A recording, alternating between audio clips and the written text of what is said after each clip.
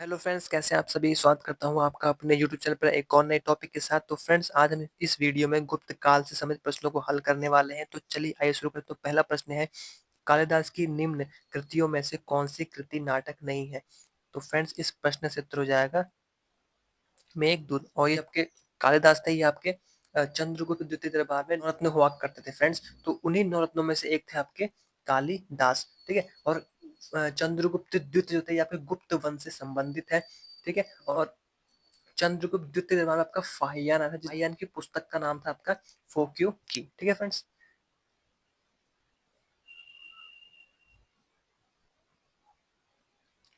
अगला प्रश्न, प्रयाग प्रशस्ति किस भाषा में लिखी गई है।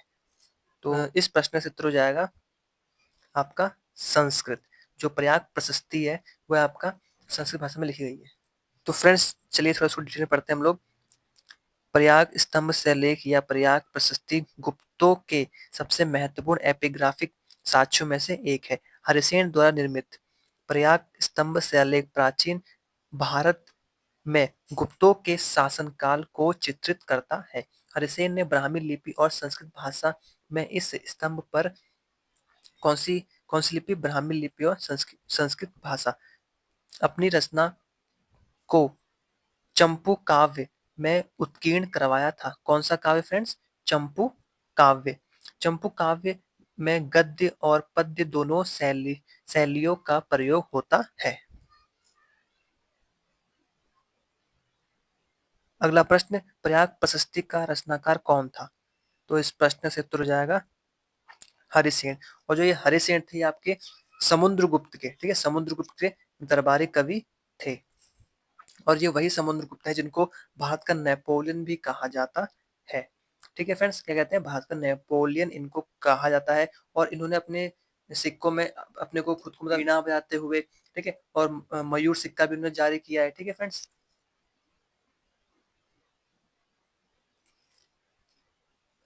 गुप्त शासक चंद्रगुप्त प्रथम का विवाह हुआ था।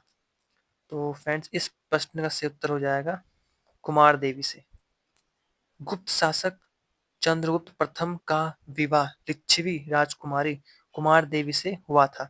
और समुद्र गुप्त कुमार देवी का पुत्र था। ठीक है, कुमार देवी यानी जो चंद्रगुप्त प्रथम थे उनका बेटा कौन था? समुद्रगुप्त। ठीक है, समुद्रगुप्त। दरबारी कवि का नाम क्या है? हरिसेन। ठीक है। और अब जो गुप्त वंश का जो संस्थापक था, ठीक है, तो वह था आपका कौन? श्री गुप्त। कौन थे? श्री गुप्त। अगला प्रश्न, कल्हड़ द्वारा रचित रास तरंगिणी किस क्षेत्र के इतिहास से संबंधित है। तो इस प्रश्न का सही उत्तर हो जाएगा कश्मीर। ठीक है फ्रेंड्स, रास तरंगिणी। ठीक है। तो उसमें जो है आपका कश्मीर के इतिहास के बारे में बताया गया और ये आपके संस्कृत भाषा में लिखित है, मतलब इसको संस्कृत भाषा में लिखा गया है। अगला प्रश्न, गुप्तों द्वारा जारी किए गए चांदी के सिक्के कहलाते थे। तो गुप्तों द्वारा जो गुप्तों ने जो चांदी के सिक्के जारी किए थे उनको कहते थे रूपक। ठीक है फ्रेंड्स। और इन्हीं के काल को स्वर्ण काल भी कहा जाता है। गुप्त शासकों द्वारा जारी किए गए चांदी के सिक्कों को रूपक कहते थे और जबकि सोने के सिक्कों को दिनार कहा जाता था गुप्त काल के समय। गुप्त वंश का संस्थापक कौन था। इस प्रश्न से उत्तर हो जाएगा श्रीगुप्त। कौन था फ्रेंड्स? श्रीगुप्त।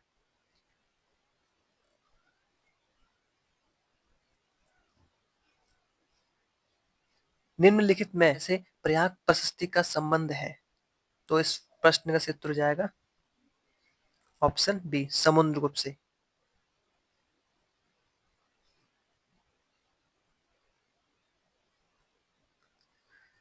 प्रयाग प्रशस्ति हरिसेन द्वारा रचित समुद्रगुप्त का स्तंभ लेख है।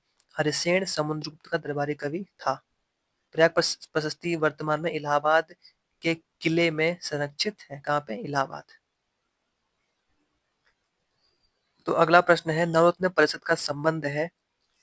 तो इस प्रश्न से उत्तर जाएगा ऑप्शन सी, चंद्रगुप्त द्वितीय। फ्रेंड्स, अभी मैंने आपको बताया था कि चंद्रगुप्त द्वितीय दरबार में जो है नवरत्न रहा करते थे और उन्हीं नवरत्नों में से एक थे आपके कालिदास। ठीक है। और कालिदास की जो पुस्तकें आपके अभिज्ञान शाकुंतलम, मालवीय अग्निमित्रम, ठीक है, ये इनकी पुस्तकें हैं और इनको भारत का शेक्सपियर भी कहा जाता है। ठीक है फ्रेंड्स। अगला प्रश्न, शक संवत प्रारंभ हुआ था, इस प्रश्न से उत्तर हो जाएगा 78 ईस्वी में। कुषाण राजा कनिष्क ने 78 ईस्वी में शक संवत की शुरुआत की। ठीक है फ्रेंड्स। अगला प्रश्न, शक संवत किसने शुरू किया? तो इस प्रश्न से उत्तर हो जाएगा कनिष्क ने। ठीक है, किसने कहता? कनिष्क ने।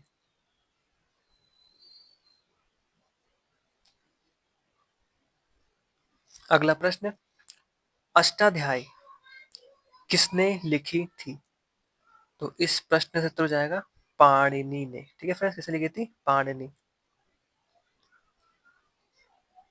अगला प्रश्न, इलाहाबाद अभिलेख किसने जारी किया?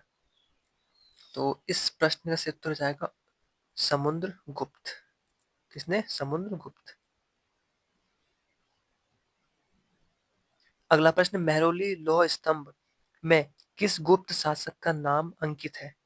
तो इस प्रश्न से उत्तर हो जाएगा चंद्रगुप्त द्वितीय। ठीक है फ्रेंड्स, चंद्रगुप्त द्वितीय का नाम अंकित है मेहरौली लौह स्तंभ। और ये कहाँ पड़ता है आपका? दिल्ली में। कहाँ पड़ता है? दिल्ली में, ठीक है ना।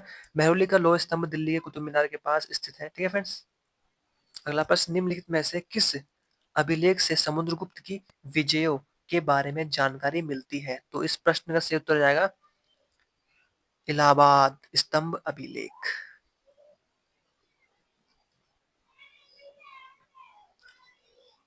अगला प्रश्न, लाखा मंडल का लाखेश्वर मंदिर निम्न में से किस देवता को समर्पित है? इस प्रश्न का सही उत्तर हो जाएगा भगवान शिव को। उत्तराखंड के लाखा मंडल में स्थित प्राचीन लाखेश्वर मंदिर भगवान शिव को समर्पित है। यह 5वीं से 8वीं शताब्दी से संबंधित मानी जाती है।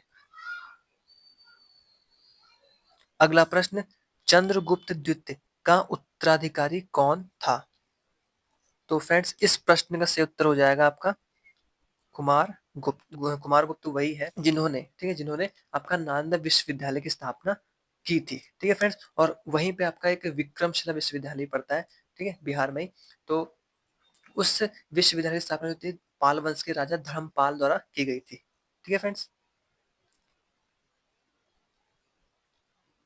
चंद्रगुप्त द्वितीय का उत्तराधिकारी उसका पुत्र, यानी ये उनके पुत्र थे कुमार गुप्त। ठीक है। स्कंदगुप्त स्कंदगुप्त कुमार गुप्त का पुत्र था, यानी इसके बाद कौन आया राजा बना कुमार गुप्त के बाद? स्कंदगुप्त। ठीक है। और गुप्त साम्राज्य का संस्थापक कौन था? हमने पढ़ा इसको, श्री गुप्त। ठीक है फ्रेंड्स। ठीक है। ये स्कंद गुप्त के समय ही आपका हुड़ों का, ठीक है, हुड़ों का आक्रमण हुआ था। ठीक है। और इन्होंने ही जो था सुदर्शन झील, ठीक है, जो कि सौराष्ट्र में पड़ती है, गुजरात में पड़ती है, सुदर्शन झील का ही जो था पुनर्निर्माण करवाया था। ठीक है फ्रेंड्स। और फिर इनके बाद आता है आपके भानुगुप्त। भानुगुप्त का आपका एक अभिलेख है जिसको बोलते हैं एरन अभिलेख। क्या बोलते हैं? एरन अभिलेख। ठीक है। इसी अभिलेख में प्रथम बार हमें सती प्रथा की जानकारी देखने को मिलती है। ठीक है। और इस वंश का, यानी गुप्त वंश का जो अंतिम शासक था वह थे आपके विष्णुगुप्त। कौन था फ्रेंड्स? विष्णुगुप्त। ठीक है फ्रेंड्स। अगला प्रश्न हम लेंगे, गुप्त काल को स्वर्ण युग की संज्ञा किसने दी? तो इस प्रश्न से उत्तर आएगा ऑप्शन उपरोक्त में से कोई नहीं। ठीक है फ्रेंड्स। आइए जैसे डिटेल पढ़ते हैं हम लोग कि गुप्त काल को स्वर्ण युग की संज्ञा के एम मुंशी और आर सी मजूमदार ने दी थी। गुप्त काल को इसने स्वर्ण युग की संज्ञा दी है वो है आपकी के एम मुंशी और आर सी मजूमदार। क्योंकि इस काल में स्थापत्य, चित्रकला, साहित्य, मूर्तिकला, विज्ञान एवं प्रौद्योगिकी, प्रौद्योगिकी मतलब होता है टेक्नोलॉजी, तथा ज्योतिष एस्ट्रोलॉजी, ठीक है, एवं राज्य की सीमा तथा आमदनी में विकास हुआ। ठीक है फ्रेंड्स। और हमारे ऐसे ही वीडियो के लिए हमारे चैनल को सब्सक्राइब करना ना भूलें। Thank you friends.